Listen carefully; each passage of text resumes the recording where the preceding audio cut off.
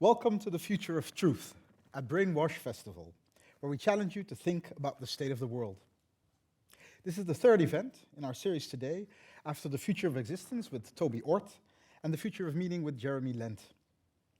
We are here in front of a live audience in Amsterdam who can join in the conversation later on and ask questions as well. So welcome to you. But we're also broadcasting this through a live stream, so a warm welcome also to those people watching us digitally. My name is Haroon Sheikh, and I will be joined today by journalist and misinformation expert Peter Pomerantsev. Peter, welcome. He is the author of the book, This Is Not Propaganda. And he worked on numerous projects and documentaries relating to misinformation to discuss the impact of synthetic media and deepfakes on our perception of truth. It was also planned that we would have Nina Schick here. She is the author of the book Deepfakes and the Infocalypse. Unfortunately, I have to inform you that she won't be present. We heard this week that she had just given birth to a baby. Well, as you can imagine, that's not something that's easily controlled, and we just were informed that the situation wasn't making it possible for her to join us. So, understandable. We do have a great program for you today here, so I think we will manage. Because we also have with us today author Anja Sicking. She is publishing a novel next year, a novel that takes place in the future. And today, for us, she will recite a fictional account that she wrote for us about the future of truth. First of all, I would like to start by looking at a video. And for the Dutch people here, this is not the video that's been circulating these days, where our Prime Minister apologizes for his lack in climate policy. I think you've seen it come across. This is an earlier video, an English video, and let's have a look. I am not Morgan Freeman, and what you see is not real. Well, at least in contemporary terms, it is not. What if I were to tell you that I am not even a human being? Would you believe me? What is your perception of reality? Is it the ability to capture, process, and make sense of the information our senses receive? If you can see, hear, taste, or smell something, does that make it real? Or is it simply the ability to feel? I would like to welcome you to the era of synthetic reality. Now, what do you see?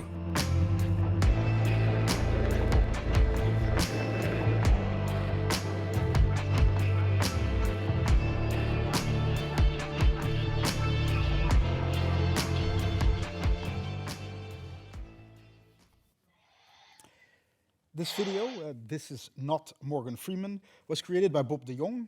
I think he's watching. He's a deepfake artist working under the name of DeepNep. I was going to ask Nina, who wrote the book on deepfakes, what we were looking at here. But Peter, I think I feel comfortable enough to ask you this question. This deepfake technology, synthetic media, artificial intelligence, can you explain, what are we looking at? What kind of technological developments are making this possible? Well, I'm very flattered that you would think that I'm well versed enough in computer science to get into the details, and I expect there are many people in the audience who are much more than I am. My background is very much from the side of the humanities and culture.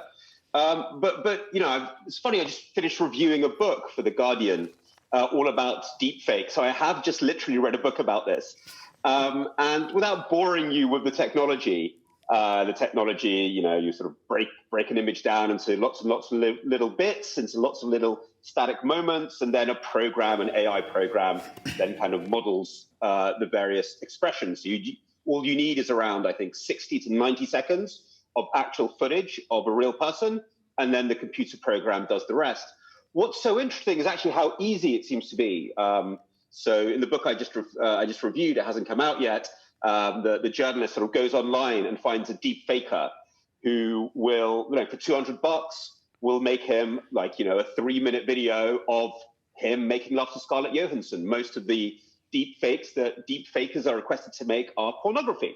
So all you need is to give the deep faker, it's anonymous forums, obviously, on the internet, around $200 and 60 seconds of Scarlett Johansson, and he will create a video of you, for example, making love to Scarlett Johansson. Or to make it a bit creepier, you can take a video of your neighbor, who you might feel very passionate about, and ask the deep faker and to create that video, which apparently happens quite often. So what's amazing is how cheap it is, and sort of the deep faker that is sort of contacted in the book. He basically says most of the deep fakers aren't doing it even for money, because the money is such a pittance and the technology is so simple. It's just about the sort of, the fun and the art of it, I suppose. Where it gets very exciting, though, or more interesting, and I think kind of more really getting to the essence of this problem, is that they can bring back people who are dead. So in the book that I was reading, the journalist, he lost his father at a very young age, and he finds 60 seconds of his father's VHS footage of his father from the 1990s, and the deep faker resurrects his father. And that I think is where we're getting to something very, very interesting, really pushing the boundaries between death and life and doing something very transgressive, and something which is both potentially very emotionally attractive and both very, very frightening. Yeah, thank you. I mean, this maybe just to add, I think indeed this technology, it's developing really very fast. Nina, in her book, she describes like in just a few years' time, we had movies that were not realistic, and now we have simple-made things on YouTube a few years later that nobody can distinguish from real from fake. And I think what's important that you're already also emphasizing here, this has many faces. So deep fakes, we're seeing it first of all as something problematic, but indeed like these deeper questions about connecting maybe with people who are not alive anymore. I think there are concerts planned by Michael Jackson and other people using also this kind of technologies. So, but we'll come a bit later to this question, like what does that do with us? And what does it do with our sense of self or concepts about the world? But we have these technologies, and let me emphasize what you just said. This is really getting very easily available. Possibly just like Photoshop now, you can have it on your own laptop. This type of technology might be just as easily accessible. You mentioned, right, and your focus be more from the humanities. I would like to pose a question starting with your book, This Is Not Propaganda. The reference here to propaganda we know from, you could say, earlier ages. In the book also, you have lots of references to the Soviet Union from your own family history as well. Huh? And by emphasizing and marking under that this is not propaganda, you are making a kind of comparison with what we had before. This thing what the Soviet Union did and these communist regimes, that was called propaganda. Now we also have an issue of disinformation, but it's different. And maybe just to start off here, can you give us a bit of an impression, like what is the nature of this disinformation or this problem that we have now in contrast with the propaganda we knew from the past? So I'm very excited to be talking about this to a Dutch audience. I think that in Dutch, my book is called Das is geen propaganda, which I really enjoy, and it's a very nice addition to that. I know a lot of Dutch people read books in the original anyway. By the way, tell me if I'm talking too fast, because sometimes I've spoken to Dutch audiences, and I always assume everybody speaks completely fluent English. So if you want me to slow down a little bit, I can do that. So just give me a sign. I'm looking at the audience. Everyone thinks it's fine. The Dutch, the Dutch audiences are amazing, actually, amazing, and put the rest of the world to shame. What I want to say was, there's many reasons that my book is called This Is Not Propaganda. Actually, it's mainly a reference to Magritte, and This Is Not a Pipe. And I'm trying to make a comment on how we live in a world where words and images, words like democracy or freedom, have lost their meaning. I mean, that's the underlying theme of the book. But you're quite right. On a simple level, I'm contrasting through my parents' story, who were Soviet dissidents fighting against Soviet propaganda, and contrasting the Cold War with today. And not just the Soviets, both sides in the Cold War.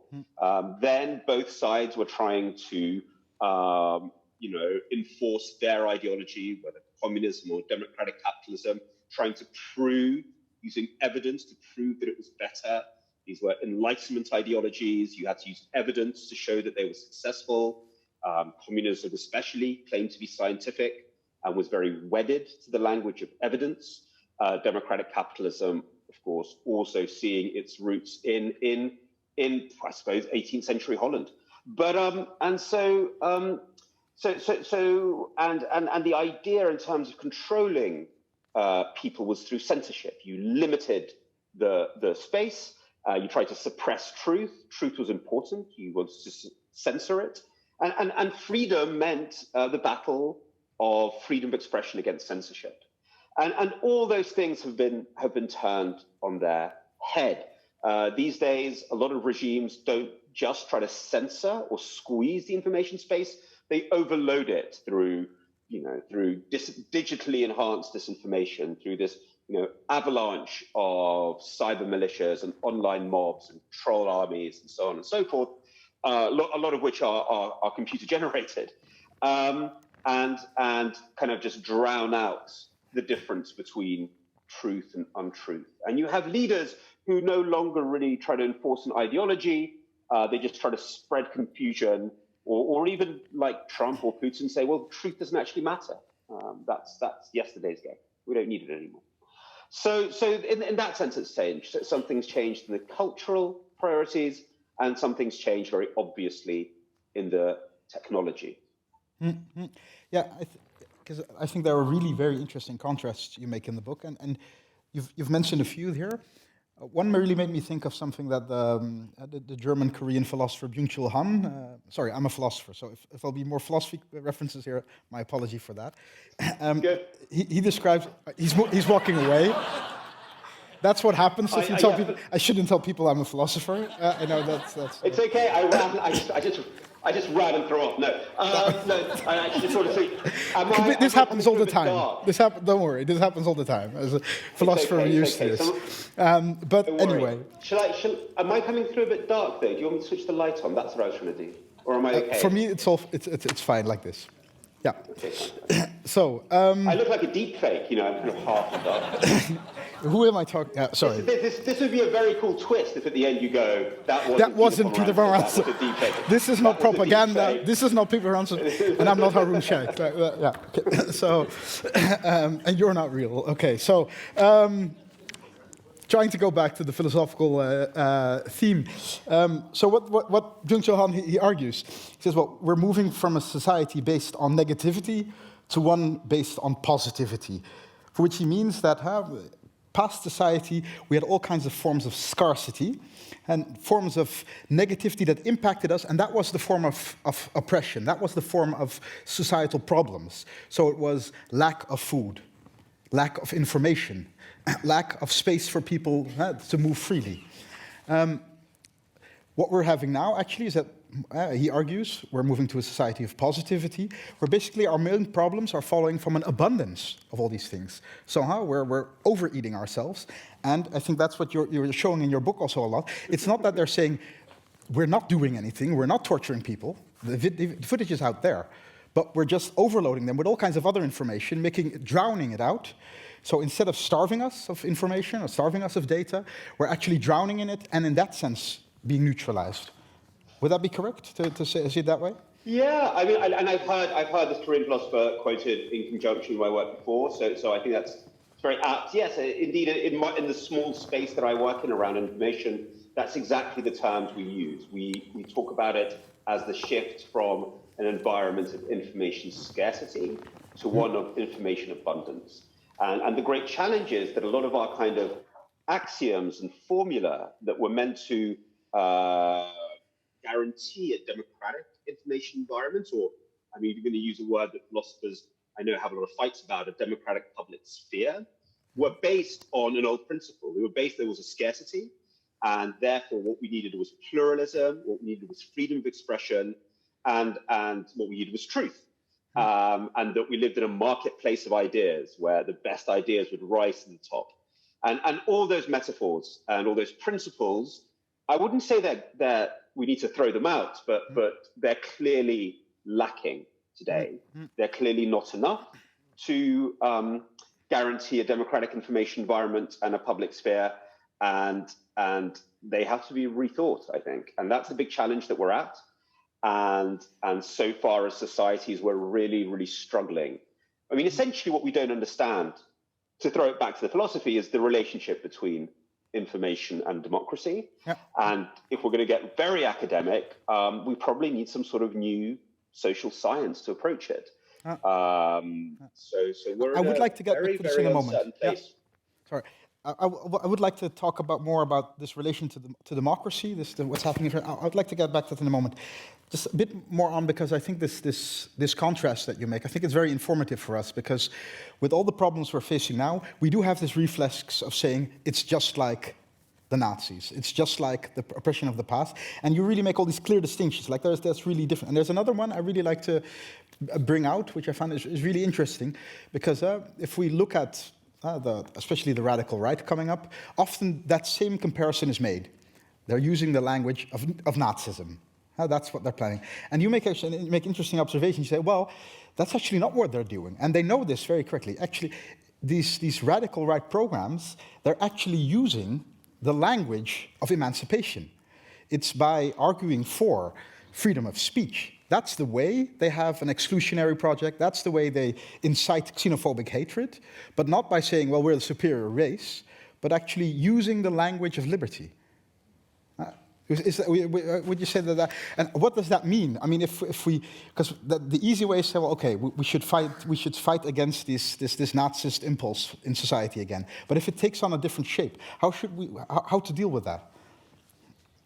So that's yes. I mean, that's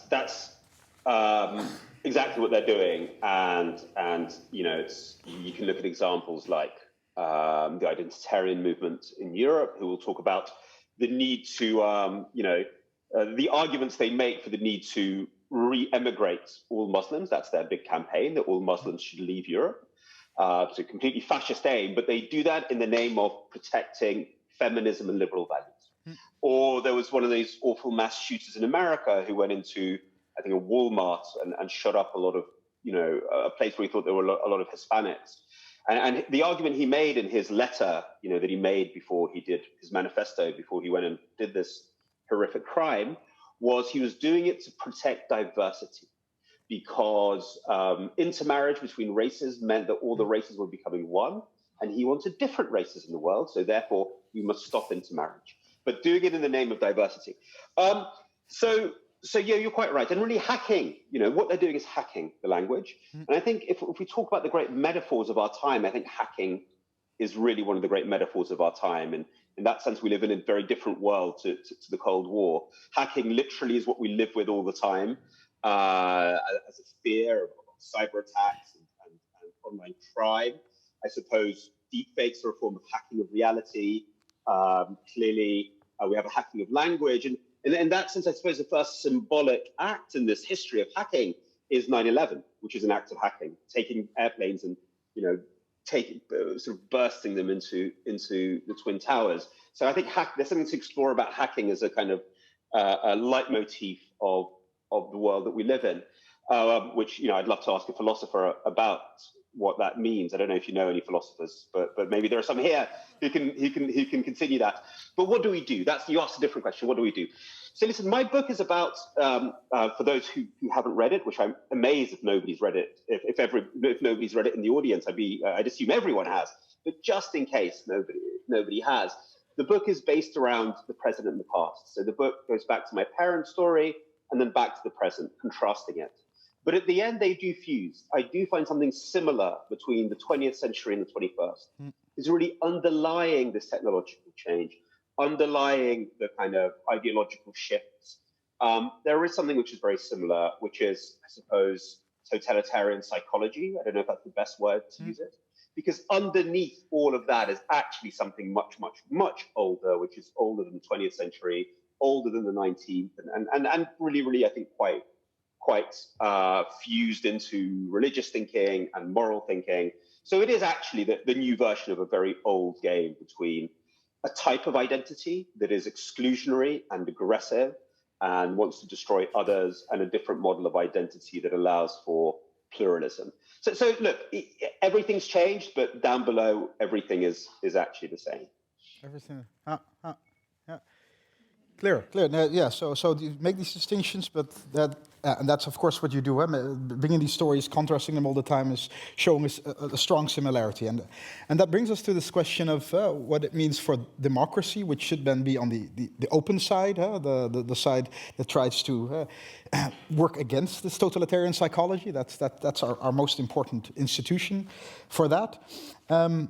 And I mean, I think what's clear now with all these examples we've heard now that you just gave of what's going on online, the radical right, these deep fakes we started with, this concept of truth that we have is under threat. It's really difficult to know what truth is now. And the topic I'd like to address here is, if that's clear, that somehow the truth in the public sphere is under threat, what does that mean for society? And again, apologies, let me put in here, as a philosopher, a big statement. And I would like just to hear what your thoughts are in it. A strong thesis, I would argue, challenging truth means challenging the foundation of modern society. You could argue ever since the Enlightenment, we've defined our society by an idea of that there is something as objective truth and facts. That's the foundation of modern natural science, and all ideas of progress and that we're moving towards something better requires this idea of this foundation of facts and truth. Democracy as well. Right? Democracy is about spreading information, making debate possible. More information means getting easier to the truth. That's what John Stuart Mill said. Right? If we compete with each other in the public sphere, the truth will come out, or the best idea will come out. That's good for democracy. Overall, you could say we're a society built on truth, whether it's the truth of our passport, our fingerprints, a photograph. Now, if all these things are being challenged, and that's what I'm wondering if you could reflect on, does this really actually pull the carpet underneath from the whole of our modern society? Yes, and I think you said a very, very critical sentence there about moving forward. So why do we need truth in this kind of Enlightenment-ish model of communications theory? You need truth to show evidence that you're getting somewhere, you're achieving something. So I think a future-orientated discourse and a respect for evidence are very, very united. That's kind of what's disappeared. I think it's not a coincidence that all these various leaders that we really struggle to group together, but who feel very similar across the world. So whether it's Trump or Putin or Bolsonaro, and many, many others, and small versions in every country, they don't really have that much in common ideologically. I mean, there is a male thing going on, which is very interesting, but you know, that's something to dwell on, actually. But they're all nostalgists. There's no idea of the future in any of them. And when you have no idea of a future you're trying to achieve, then you don't really need evidence. And why would you know, facts generally tell us unpleasant things. You know, they tell us we're going to die. But they're useful. If we're building a future, then you need them to prove you're getting there. So I think that's what's disappeared. And we can look at when that disappeared or when the future just disappeared for so many people and why it disappeared. But I think, you know, at the end of the day, I'm not a philosopher. I'm a journalist, and I'm thinking about how to fix journalism so it can help create a democratic public sphere. So the question for us is, how do we create discourses through our journalism and through our media more generally, and also through the design of technology that will help a sort of, I mean, let's not talk about the future, that's too grand, like a problem-solving conversation. So I just moved to America, and you know, this is a country that's clearly on the edge of a kind of virtual civil war. You know, not a real one probably, but one that's already online. You already have complete gridlock in the political system because nobody can kind of agree on any ground rules. And people do have the sense they live in separate realities. And what's completely lacking here is any kind of vision of a way out of this. So if I was American, or if I would stay here a long time, that's what I really would be thinking about. And nobody is. I mean, I don't think any kind of TV station is. I don't think any newspaper makes it their business to do that. So far, there's only a few technology designers who are thinking about this a little bit. How do you create technology that would inspire a future-orientated and problem-solving conversation? But without that vision of the future, everything becomes about identity in the most negative sense of the word identity, looking for someone to hate. And that's kind of the challenge we face. I mean, I think identity is very important. I think, there should be honesty about sort of the past and coming to terms with it, which there's a big struggle to do in America as well. But we also have to have a conversation about where a society is going, and one based on problem solving. And whether it's climate change, whether it's the economy, or whether it's just like, how we're going to live together and the school curriculum. I'm now in a country where the future is kind of disappearing as we speak, which is very strange because America was always a country built on the idea that it is the future.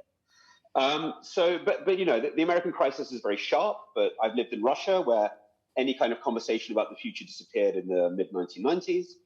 And you tell me about what's happening in Holland. Where is your future? Yeah. Well, I don't think it's that extreme as in those situations, but I mean, yeah, we have the contours of similar competition here as well. I mean, that's clear. So. Yeah, maybe you said, well, there's actually not really much that's being done against this, and then you said, well, as a journalist, you're trying to look at what can we do, or what. So maybe start with that, because you have a few suggestions, interesting suggestions, also on a very direct, practical level. What are means to counter this trend, where we are increasingly splintering and moving towards this civil war, this, or what you earlier described as this totalitarian mindset? What are tools, what are strategies that we can use to counter this? Well, firstly, you have to want to do it, which is the big problem at the moment, that very few people are incentivized to do it. But look, we can look at it at several levels.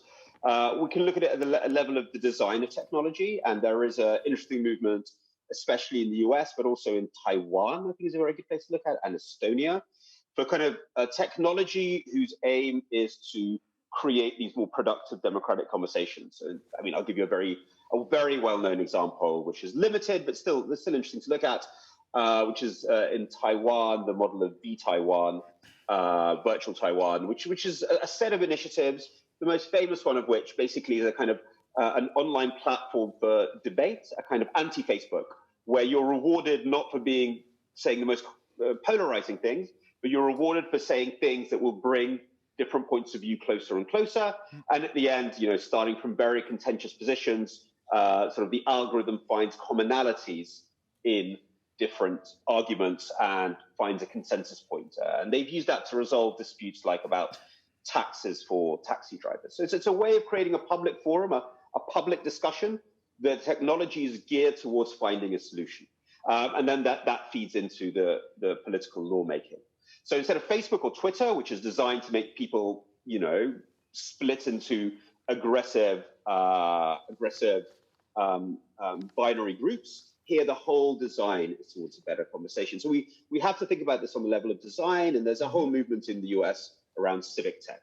At the very least, sort of technology. Yeah, that's level of technology. What I think of is much more sort of old, really. I think about the level of content. And actually, what I look at, and I lead a research initiative at Johns Hopkins University called ARENA, which anybody can come and have a look at. We're just basically trying to do a new version of a very old idea.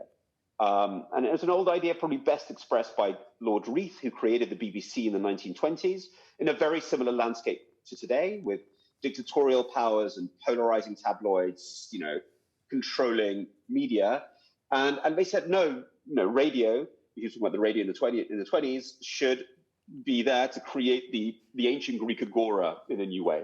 How do you create this space where different parts of society come together to have this sort of Enlightenment style exchange, not just of ideas and facts, but also stories, and listen to each other and understand each other. It's not just about dry facts. I actually think we get a little bit distracted by that. It's much more about storytelling and models of identity which can accept others, pluralistic models of identity.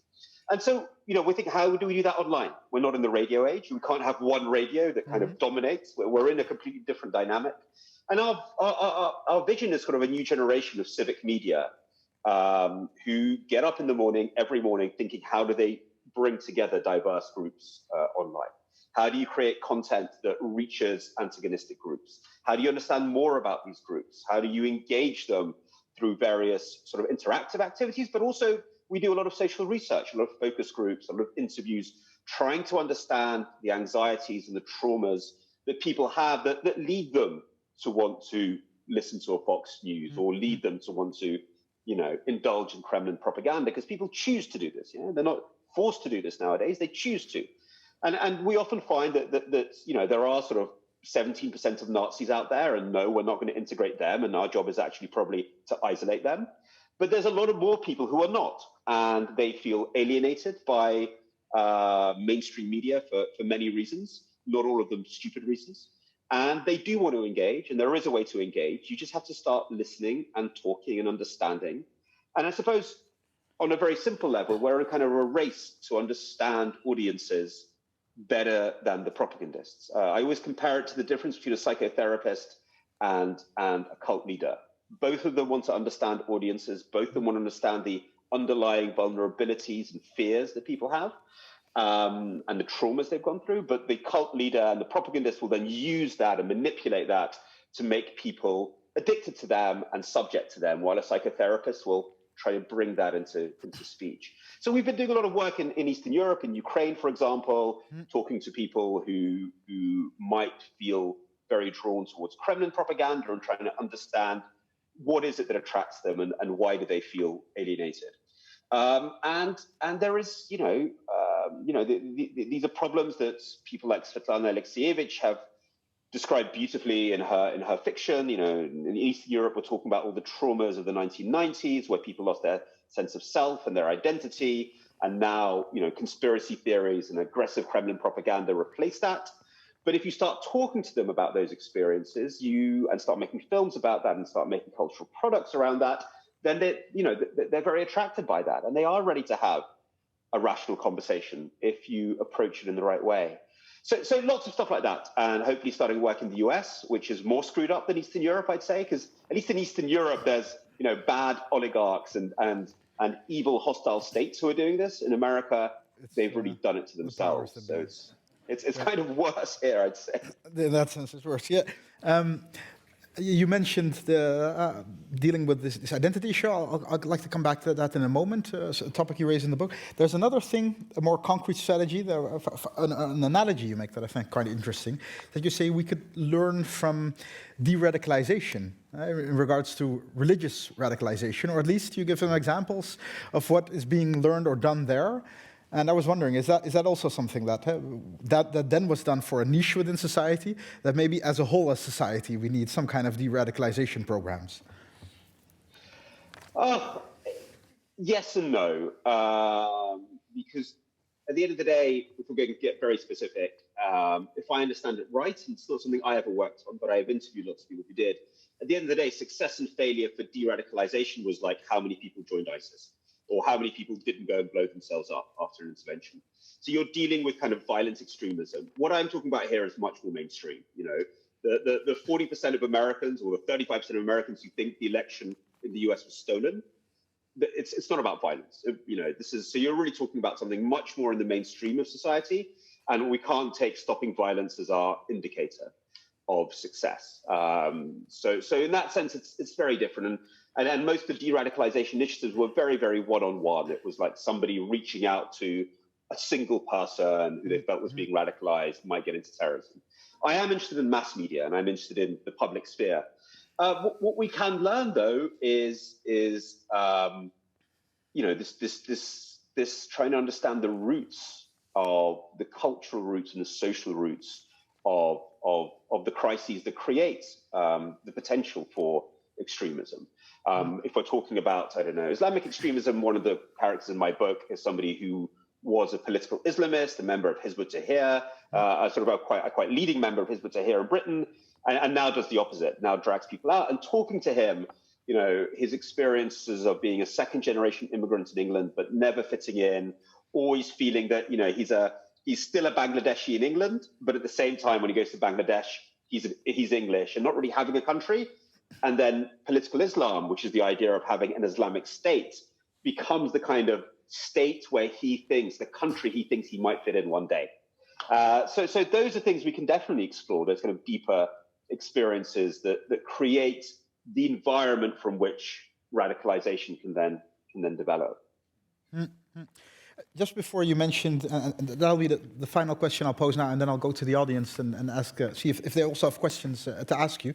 And forgive me, again, maybe the philosophical question, but looking at the argument in the book, you, on one hand, say, well, what is going on here right now is a becoming fluid of identities, or a kind of the foundation of life is meaning is disappearing, identity is really hard to form, and it's being used, it's manipulated. We have these fake identities. There is no more ideology. There's just this battle where truth and falsehood are indistinguishable. So that you could say that would be a problem that we're facing, or one of the cultural roots here. This. At the same time, it seems to me, but probably you mean that then in a different way, that you also see kind of hope in this idea that identity is becoming more fluid, where you give examples of saying, well, actually, this whole idea of what the European Union is doing is trying to make it's good that our identities are becoming looser. We're not so much identifying, well, I'm French, that means I'm not German, but I feel partly this. You have these schools, where schools you attended yourself also, where these people are the intent is to mix identities, and your book actually ends with a conversation of little kids, right? And the hopeful news is there that you're wondering what the kids will ask each other, who they are, what identity they will hold on to, and they come up with a very strange identity, right? But maybe you can tell that yourself, which is hopeful, right? Yes, I mean, look, in this sense, we are going through something very old. If we look back at the 20th century's most famous crises, and whether you're looking at Hannah Arendt writing about, the origins of totalitarianism, or, Adorno writes about this, about the Germany of the 1930s as well, the collapse of old identities, of the class system in Germany, of various professions, of various sort of social sort of status symbols, in that kind of collapse that happens after the First World War in Germany, in this kind of craziness and kind of chaos, which is, of course, symbolized by cabaret as the dominant art form, which is constantly playing with identities. The Nazis kind of come in and create this aggressive, nasty cabaret act, which kind of gives a solidity to the chaos people feel. So there's two ways. You could have the cabaret way, which sort of is experimenting constantly with identities and leaves identities open and leaves possibility for understanding both that we need identities. I don't think there's any post-identity space. We always need, every time you open your mouth and speak a language, it's full of cultural roots and so on and so forth. But at the same time, that doesn't need to become this very kind of aggressive and exclusionary thing. So in that sense, we're going through a very, very similar period. It's very interesting interviewing political spin doctors across the world. I interviewed them in Russia, in Latin America, in the UK, how all of them said the same thing. Our job is to create, they didn't say aggressive, our job is to create political identities. All the old political identities have gone. All the old social identities have gone. Our job is to create a new version of the people, the majority, the many, and solidify them in a political configuration. That's our job. So that's what they do. And usually that takes on very, very aggressive forms, because you create these identities by creating somebody to hate, and you tap into sort of fear and paranoia. But that could, you're quite right. It is a moment of opportunity as well. You could find ways which are much more subtle and open-ended. The European Union experiment was a very interesting one with the European schools. I think that was an experiment in how you both keep your national identities, you're still rooted in your national identities, but you also learn to treat them more lightly. So you still have the clothes of identity, but you don't hug them to yourself quite so aggressively. That was kind of the idea of these schools. And I think in a very limited form for a tiny elite, it kind of worked, but they completely failed to become a pan-European sort of way of education. For those who don't know them, I mean, there are around sort of 16, 17 of these schools. I think there's a couple in Holland as well. and created by the founders of the EU. And basically, you study in your own language, and then you do history and geography in a foreign language from the point of view of a different country. So I ended up doing history and geography from the point of view of France, and that does change the way you view the world. So there are these interesting experiments and many others, but clearly we're in a moment of panic. And the worrying thing, because media do play such an important role in this, both social media and legacy media, the very bad thing at the moment is that all the incentives for media point towards solidifying an aggressive version of identity, because that's the technological incentives that social media have tapped into. That's how they make their money. That's how mainstream media have to make their money, even if they'd like to do something more interesting. They need to make advertising on Facebook. The way you do that is by being as aggressive and as polarizing as possible. If you're a TV station, the quickest way to get to profit is to kind of attack the other, whether that's in a very nasty way like Fox News, or in a softer but very polarizing way like MSNBC in the US. It's the same financial model. And they're doing that because it's a financial model. So that's the really, really scary thing, is that the financial model and then the technological model is pushing towards a much more closed, aggressive, and I suppose you could say proto-fascist version of identity. So that's very worrying. So that makes the intervention very, very hard, because you're sort of saying whatever intervention we do, it's not going to make money, and that already makes it very hard to keep people's attention with afterwards. So maybe somebody in the audience could do that. Maybe somebody in the audience can tell me how to make money we can do that. from doing the opposite. Well, okay, so that, but also other questions you are allowed. Let me have a look at the audience. There will definitely should be people who would have questions here for Peter. Yes, over there.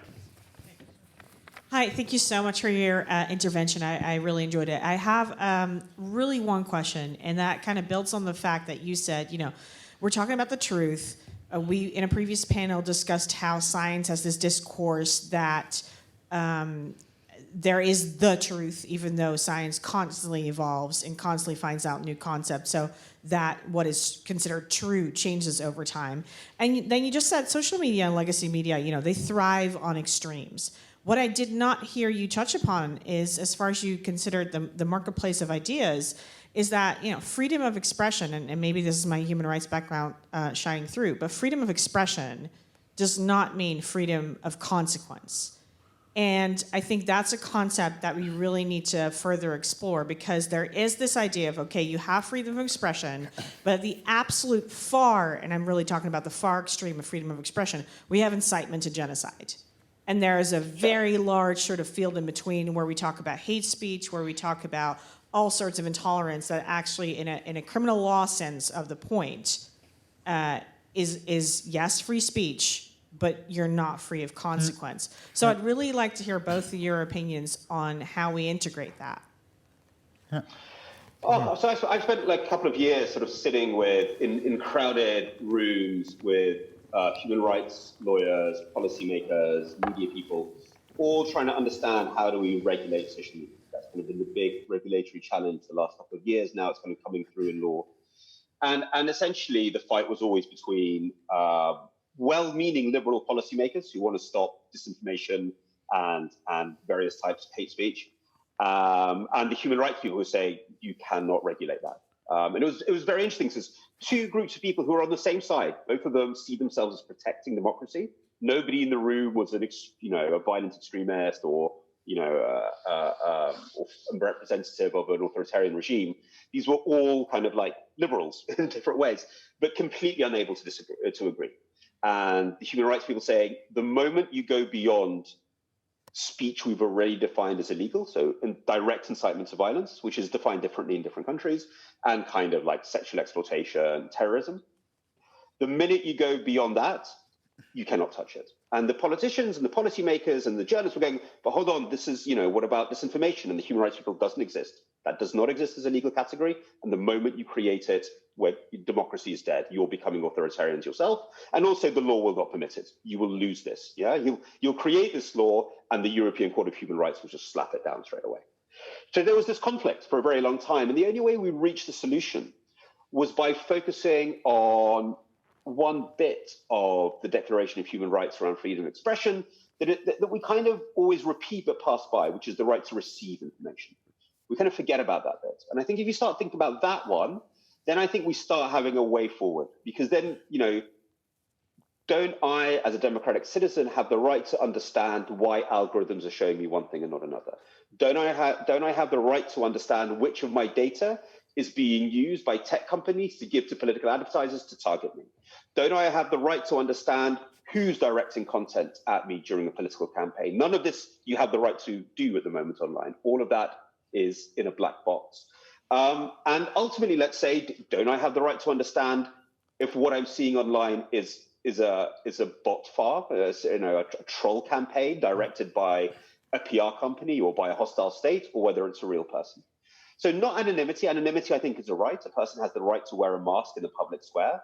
But this kind of coordinated, inauthentic behavior, which has become one of the sort of great distortions of the online space, those are all things I think we can use freedom of expression to combat.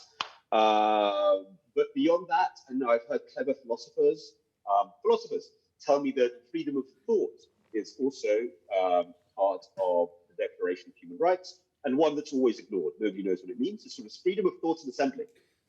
And there is an argument to be made that because tech companies have now kind of burst into our autonomous space to an unprecedented way, they claim to understand our psychology better than we do. They claim to understand and predict our behavior better than we do.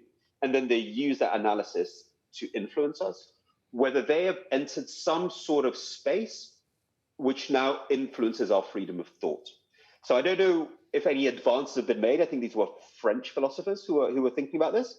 But again, that's something that we've really forgotten about in the Declaration of Human Rights, and maybe we need to relook at. I mean, what's clearly happened is the idea of, okay, if we're going to get all philosophical, Hegel's idea of autonomy has clearly been undermined by social media. Yeah, before, it's very funny reading about the 1920s and how people were in shock that radio has entered your private space. Yeah, that suddenly in the 1930s, the Nazis are inside your living room and have destroyed the private.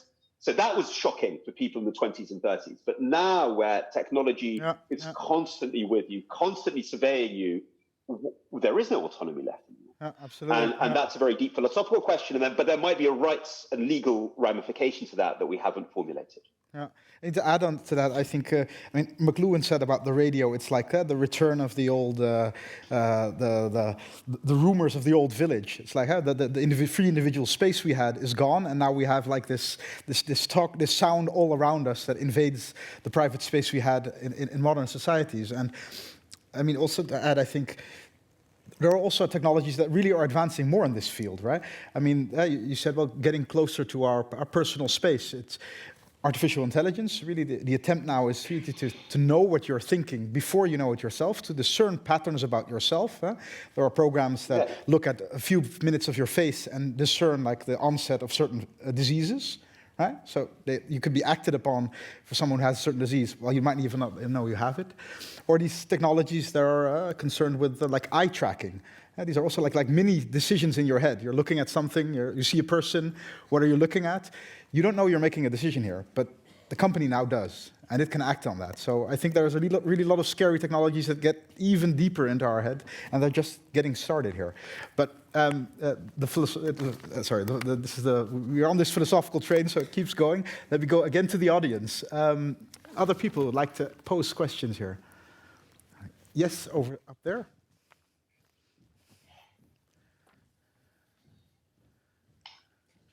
Hello, thank you both.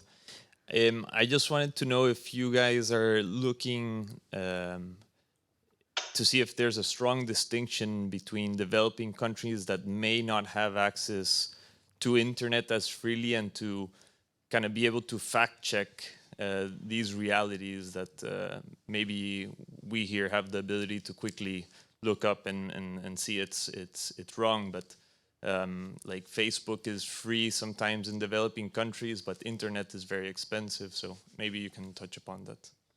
Peter? I haven't done any academic studies, but yes, it's somewhere and I think very interesting in this sense are countries with very high connectivity, like Mexico or the Philippines. I think the Philippines for a long time had the highest use of social media per capita, but kind of very corrupt in terms of their politics and with very patchy education. So kind of the impact of social media there is very important. And these states become kind of like centers of innovation for a lot of these sort of, illicit campaigns. So I think those countries are very interesting, these kind of chaotic, messy democracies, which are democracies. So they have kind of propaganda coming from all sides. They have some pluralism, but they have virtually no regulation, and social media is in the center of everyone's lives. So I think they're very, very important to look at. I don't know if that was your question, to be honest, but that's how I've understood it. Sorry.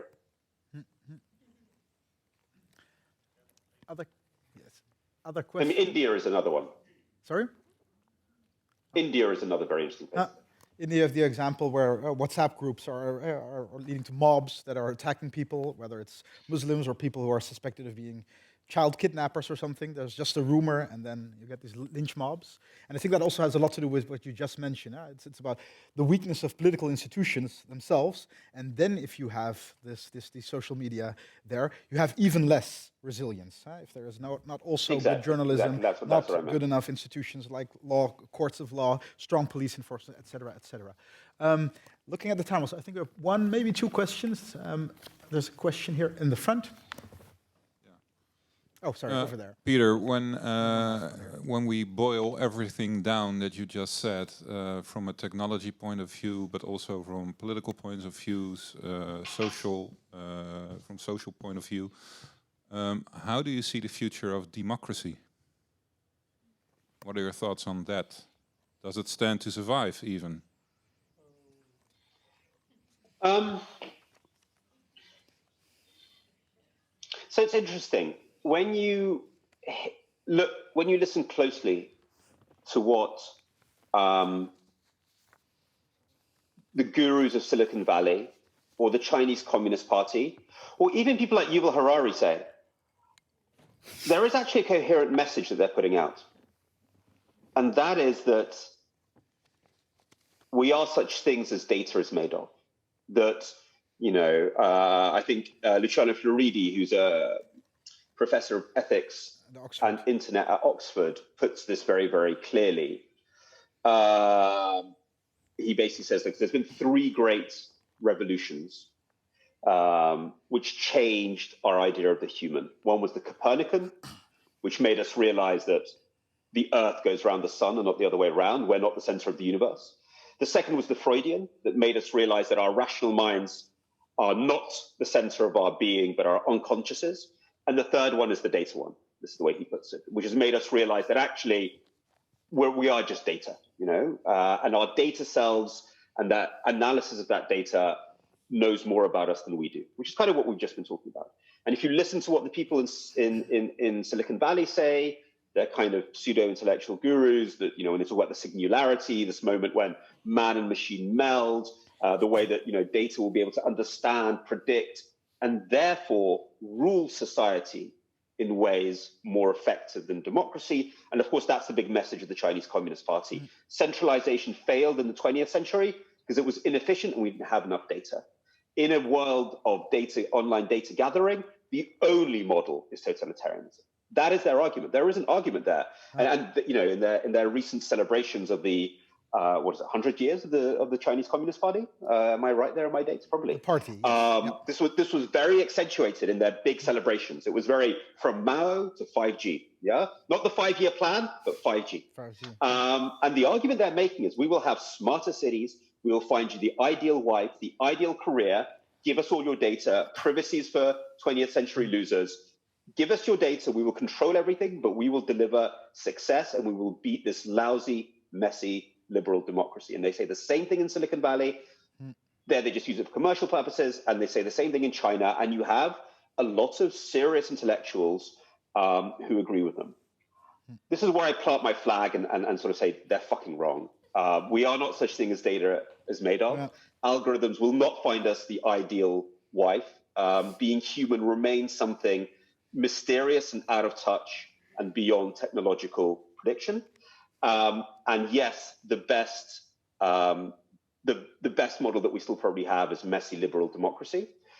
We just have to start creating technology that taps into that and helps that. So that does mean re-examining all our core concepts. It's not saying we should throw out the Declaration of Human Rights, but we should go and look at it again. And what does it mean in a technological age? I do think the metaphor of a marketplace of ideas is complete nonsense and needs to be thrown out as much as some of our other bad marketplace metaphors.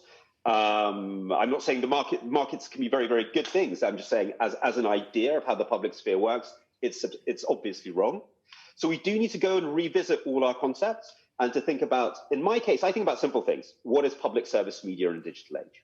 And it'll be something new, but it is still trying to create the public sphere. We are still all children of 18th century Amsterdam, and that is still what we're working around. But we do have to do a lot of very hard thinking. And so I'm not giving up just yet. But that argument is coherent, it's serious. I don't think it's an ideology, but it is a vision. And it has to be taken seriously. If Yuval Harari said it, who am I to argue with him? But I will. And I think, that's the core of the problem here. What's at stake here? I mean, that's it's ominous, but luckily you've also managed to, at least point us a bit in the direction of what we could do about it. I think we need to end off this part of the presentation here also, because we're also moving past the time we've asked you also here. Thank you already now here for this, but now I would like to invite to the stage Anja Sicking. I've already introduced her. Applause.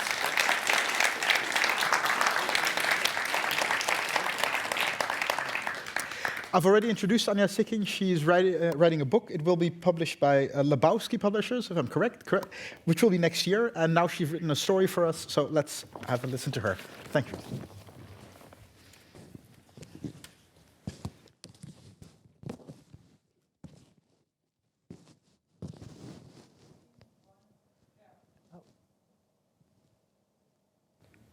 I've only met my father once in real life.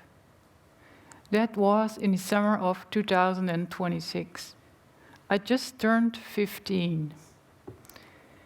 When I read on my newsfeed that he would be receiving the International Poetry Prize in Buenos Aires in person, I sent his publisher a message to ask if I could attend the ceremony.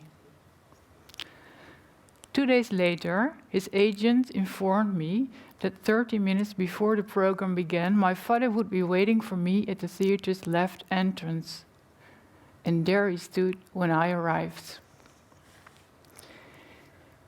During my almost 16-hour flight, I kept imagining how it would feel to fall into my father's arms. But now that he was actually coming towards me, I was a bit startled. My father had emigrated to Argentina before I was born, and I only knew him as a collection of pixels. On my screen, he was handsome, his face always beaming. He barely resembled this man now standing before me in a drab raincoat, a garment I'd never seen him wear online. I also couldn't recall a single time during the more than 5,000 virtual readings I'd watched him give when he had worn glasses, and I'd never seen his face so gaunt. "Finally, there you are," he said. He patted me on the shoulder. I tried to smile. In an attempt to make our meeting more like the one I'd imagined, I kissed him on both cheeks. For the first time in my life, I felt that prickly stubble my girlfriends always complained about. With them in mind, I flung my arms around my father's neck, but he didn't move a muscle. Maybe he was afraid of what the police might do if he greeted me too intimately.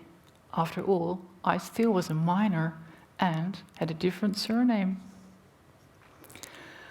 "I would love to get a drink with you," he said, but unfortunately, there's no time for that. I drank something on the plane already, I replied. We entered the theater foyer, which was already quite crowded. He moved quickly, with his gaze straight ahead. I immediately noticed that lots of people were staring at his direction. I stayed as close to him as possible. On the way up the stairs, 2 elderly women stopped him. They asked him something, but my Spanish was not good enough to follow what they were saying. One of them removed an anthology of poetry from her bag and pointed to something in it. She became emotional, her face displaying hope or despair. It was hard to tell. My father looked at her with irritation. He clearly wanted to keep going, but she put her hand on his arm. I recognized verses of his love poetry, which she was now reading aloud. Certain rhyme schemes reoccurred in many of his poems. I'd spent endless hours at home listening to my father's poems, first in Spanish, but later, when he was famous, also in Dutch.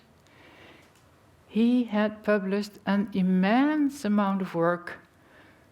Some critics found that suspicious. But apart from my grandfather, I didn't know anyone who still read the newspaper. Online, these nasty reviews were buried under an avalanche of enthusiastic reactions from readers. When others started to congregating around the 2 women, my father pulled me in front of him like a shield. He nudged my back, and I understood that I needed to start walking. We'd never been so close to each other. I smelled a mixture of body lotion, beer, and something that reminded me of sour pickles. Together, we managed to leave his fence behind. We quickly fled into another corridor and then another, after which he darted ahead of me towards the main hall. He was slightly short of breath, something I'd never heard at home when I listened to him through my headphones. Of course, then he spoke in a very controlled way, his words echoing in large spaces, much like a priest delivering a sermon in church. Even before we reached the end of the corridor, I saw the faces of a young couple light up. I was proud that my father was recognized again, and I realized these young people were angry rather than happy. They also blocked our way. I understood that my father found this irritating, but was it necessary for him to bark at them like that? Soon more people gathered around us. Some looked moved, others simply angry. Someone shouted something, tramposa or tromposa. Once more I shielded my father, as if we were in a war zone. In quick succession, we proceeded to the main hall. Above the swinging doors hung a large screen. When I saw his face appear there, I felt safe again. Inside, he quickly found a corner, stood with his back to the noisy audience. We still had about 5 minutes left. I'd so hoped he would ask me what I wanted to study later. I was thinking of Spanish. But he just said, "What nerve, everything I have to say is in my poetry." While a woman in a summer dress was giving a talk on stage, I realized that I'd never tried to figure out the meaning of my father's poems. They were truths to me, a body of thought that filled my mind at home, after school when my mother was still cleaning in the restaurant.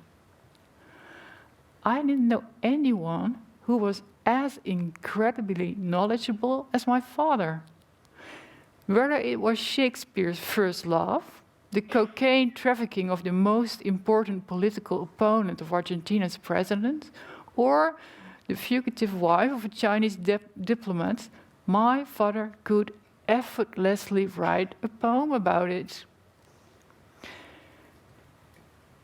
When he was announced on stage, he quickly removed his raincoat. Underneath, he was wearing the same black suit in which I'd first seen him on my screen long ago. It was also a relief to see him remove his glasses. As I was about to take a seat in the audience, he looked at me and said, "Follow me." For the first time, I recognized my own light brown eyes in someone else's face. And of course, I nodded yes. With a solemn feeling, I followed him onto the stage while the audience applauded loudly. I didn't know why some people were also shouting boo. Perhaps not every poet can deal with losing gracefully. I stood in the spotlight, dressed far too warmly. I wasn't sure if I should take a seat on one of those chairs in the wings, so I just stood there. My father's body was trembling all over. The smell of sour pickles seemed to be getting worse. Despite his nervous tension, the acceptance of the bronze statue went well. The reading also went reasonably well, although he did have to start over once. Yet, during the Q&A, things went wrong. I must say that I also found it strange that instead of answering the first question, he quoted a passage by Borges from a piece of paper, but that was probably because of nerves. During the second question, he looked the other way as if he didn't hear it. But with the third question, he got aggressive. You didn't have to know Spanish to understand that. He leapt from the stage and I followed right behind, only I took the steps. At first I was afraid he was going to attack the last inquirer, but he took the middle aisle straight to the exit. There were people in the audience who tried to touch him, but there were also people, fewer I think, who once booed him again. Someone shouted "Intresque politicos," as it understood, and also "Escritor robot." In the lobby, my father made a dash for the exit. "Dad, wait!" It was strange to hear my own voice in that theater. I kept following him once we were outside. Again, I called out to him, and later again, right before he rushed into the subway car and the doors closed into my face. I waved, but must have looked like an idiot.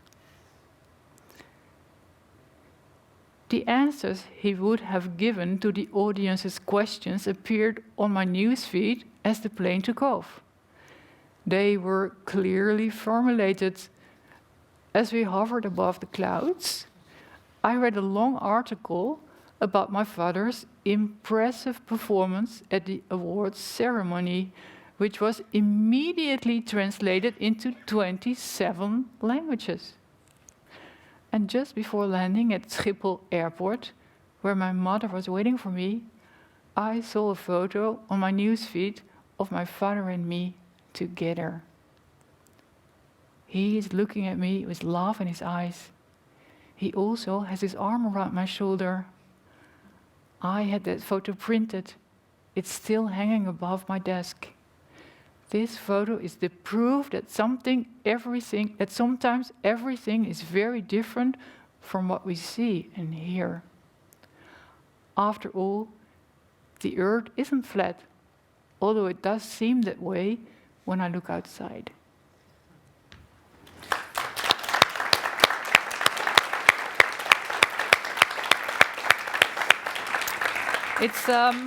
It's translated by Lorraine T. Miller. Thank you. Thank you. Thank you, Anja. Thank you also for this, you could say, personal exploration of the future of truth. Thanks as well to Peter Pomerantsev for a great conversation, our audience, and everyone who contributed.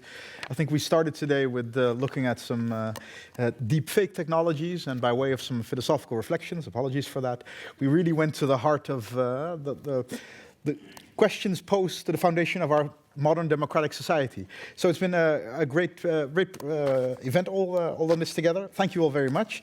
Let me just mention, the festival, Brainwash Festival, continues tomorrow.